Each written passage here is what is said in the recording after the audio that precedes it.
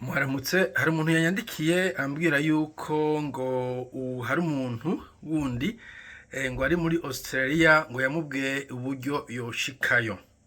Amubwira ngo arondere ngo umuntu ngo amaze y'imyaka afise ubwene gihugu amwemere ko aja kumuramutsa visitors visa ngo ashitseyo ace yigumirayo. Ati vyosaba ko uwo muntu ngo amuha agashimwe ngo nk'ibihumbi 2 vy'amadolari.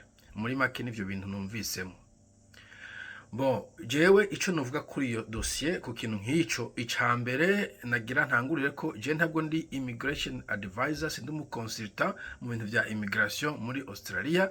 Kwanza muri Australia menga utuza kuba wanditse kugira ngo we advisor, no kuvuga ivyo ngiye kuvuga ntabwo ari immigration advice, ni ico no kwita common sense uko je ndavyiyumvira nkwirikije na information sanzwe mfise kuma immigration mu bihugu biteye imbere vyose. Ikisi kuri Australia gusa ibihugu biteye imbere vyose. Bon, ico mvuga rero ivyo bintu bifise ibibazo vyinshi cyane, iyo suggestion ifise ibibazo bitari bike. Ikibazo ca mbere iyo yitwa immigration fraud.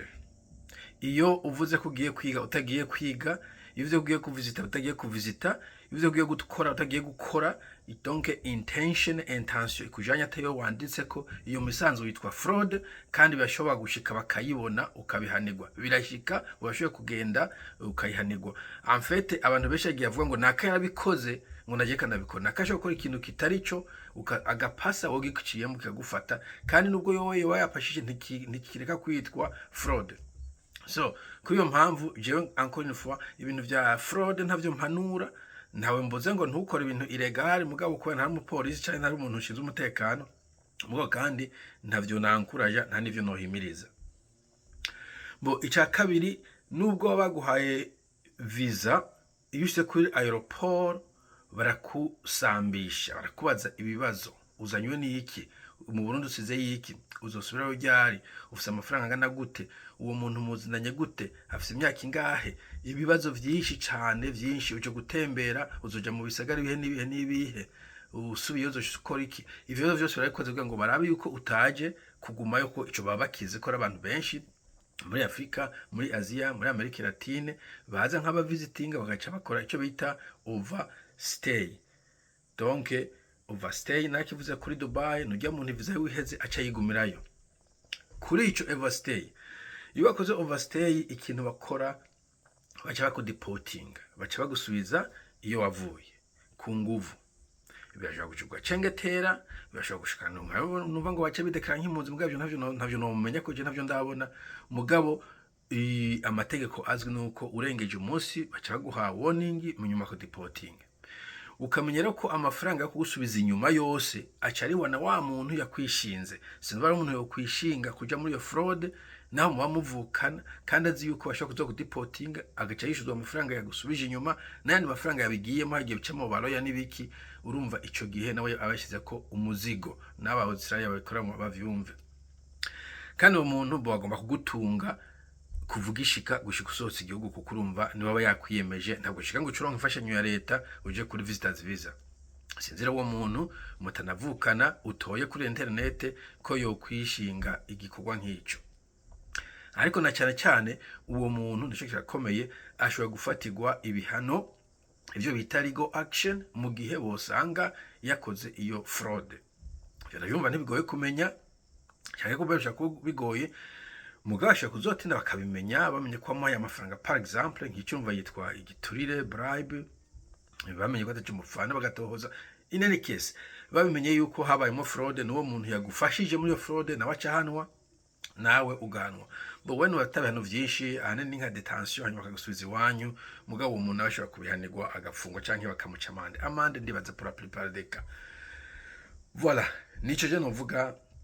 Nta nzira straight ihari ngo nakagusabiye visitors ngo cugumayo, sino twese dufise abacu hano. It's so easy visitors visa iroroshye kuronka iyo ufise umuntu agusponsoriza. Mugabo inyuma iyo visa iheze niho haba hari ikibazo. Urumva uhitamo to overstay, navyo bica bikora kuri wa muntu yakuzana. Nubwo wo kwideklara wa muntu yakuzana cyane, wewe wavuze ko uyu muntu aje kuvisita comme sponsor ngo aje kuraba Bondi Beach, aje kuraba Opera House, aje kuraba Sepa Zoo muri Adelaide, none aciye yigumira hano. Wumva utatubeshe, ushaka gufata muri izo mburano zo kurondera ubuhungiro. Ubu mwe uje mu kinywabi kumbura ka ta muntu uteranije na ta muntu witeranije kumbura mwashaka kuvuga uwo muntu je sinzi ko hari umuntu yo kwemerera gufata iyo riske. Ibyo bihumbi bibiri uvuga ngo uwo musororera ibihumbi bibiri muri Australia ushaka kubikora nk'ukwezi kuri munsi y'ukwezi, uba wakora ibihumbi bibiri wumva ufata umushahara w'ukwezi wa mwindwi nka zibiri komsa ukawuzira ko ubuzima bwawe bwose buca buba hovyo, kubera kenshi mu bihugu nka Australia iyo urose criminal record bagushyize kwicaha ubuzima buca bukomera ko no ku kazi nta nusura kukaronka. Speaking y'akazi nyene twibuke ko iyo overstay ugumye mu gihugu ico gihe no kuvuga ntushobora no gukora akazi no kuri visitors visa nta kazi ukora, nta kazi ukora ntushobora kwiga, uba wicaye mu nzu yiwe azara kugaburira gushika je ne sais pas où, kuko arafe il faut kurondera ati none nzoca ndonga residence permanent residence gute. Waje kuri visitors visa nta nzira ihari, jewe mbona ko tinduka zoronka permanent residence kiretse umuntu w'umuhatari hakagira umuntu akaguha akazi, mugabo neza ko ivyo bitaba vyoroshe. Je nico nashaka kuvuga mu vy'ukuri, uze winuwe information uronka, harimo information usanga kumbure zarataye igihe, kuko ikindi ushobora kuba ari declare nk'igihe uwo muntu ashobora yagiye Burundi bwari mu ntambara akideklara, mugabo Burundi akavuga ati mu amahoro uje kwideklara ntibagukundire. Hari ibintu byinshi bije amakuru, ikindi kwideklara ni discretion y'ujya muntu wa declaration. Kwideklara kuri airport wena bacaga bavuga ati turakuje ndaye tugusubiza inyuma. Mwarabonye bajya abantu i Philippines bahamaze umwaka ntazo ibiyo byageze, bavuse kuri airport ngo turideklara bati muca muguma nyene kuri airport, baca bagumaho umwaka wose ntaho iyo byagenze. Iyo ngiyo byashitse mugagenzira baba bayikoze, hari undi yayikoresheje, ntabwo ntugiye ngo bari stupide, bari bawunyundi yayikoze batekana tubikore.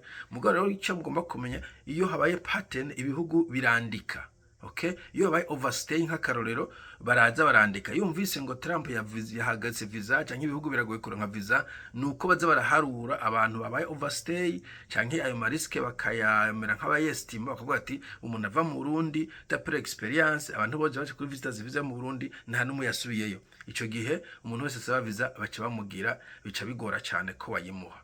Ndi kuvuga juste en general, ntabwo ndi kuvuga kuri kayo wundi canke yuwundi, ndi kuvuga gusa ko mu gihe izo nzira zose zirimo amariske.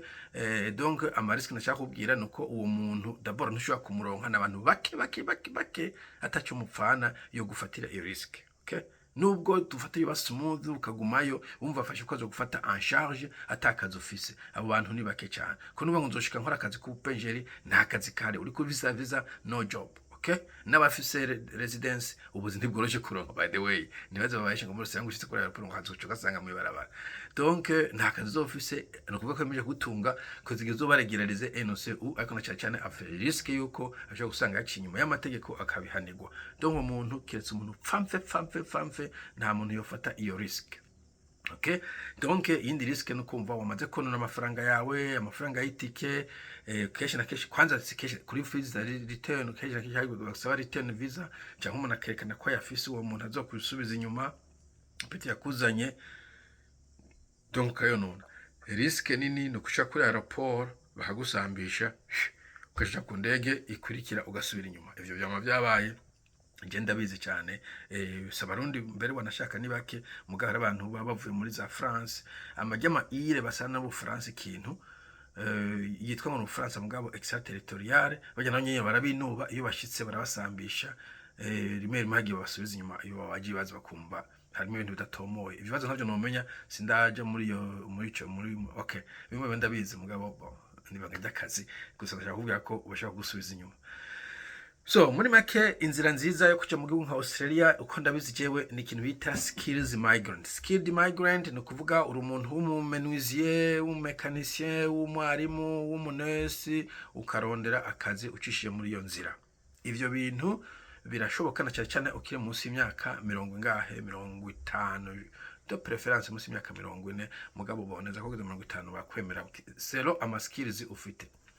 ikindi abashinwa n'abahindi bakoresha bafite amafaranga menshi kumbe n'abandi bo muri Aziya ni study permit donc or student visa, araza akiga icigwa kimwe muri ivyo navuze peut-être bisanzwe bironderwa akazi, ahejeje hari ibihugu bice biguha visa, work visa nk'uyu myaka 2 canke je ne sais pas, ugacirondera akazi ukaronse, iyo niyo bafita ngo ni path to residence, ushobora gukoresha nk'inzira kugira ngo uzoronke residence. Nizo nzira zibiri jewe mbona mu bisanzwe zishoboka ku muntu ari Burundi ziragoye kubera student visa isaba amafaranga menshi cyane, work visa isaba ama skills menshi cyane ndi mu company n'u Burundi, kubera u Burundi bafata ko ari igihugu kiti inyuma y'amajambere, ko umumekanisye umuganga umuki w'u Burundi muri Australia ataba kwije ivyangombwa, notama ikintu coroshe cyane nk'icongereza baguha test bitango ni IELTS test, muja kwiguguringa.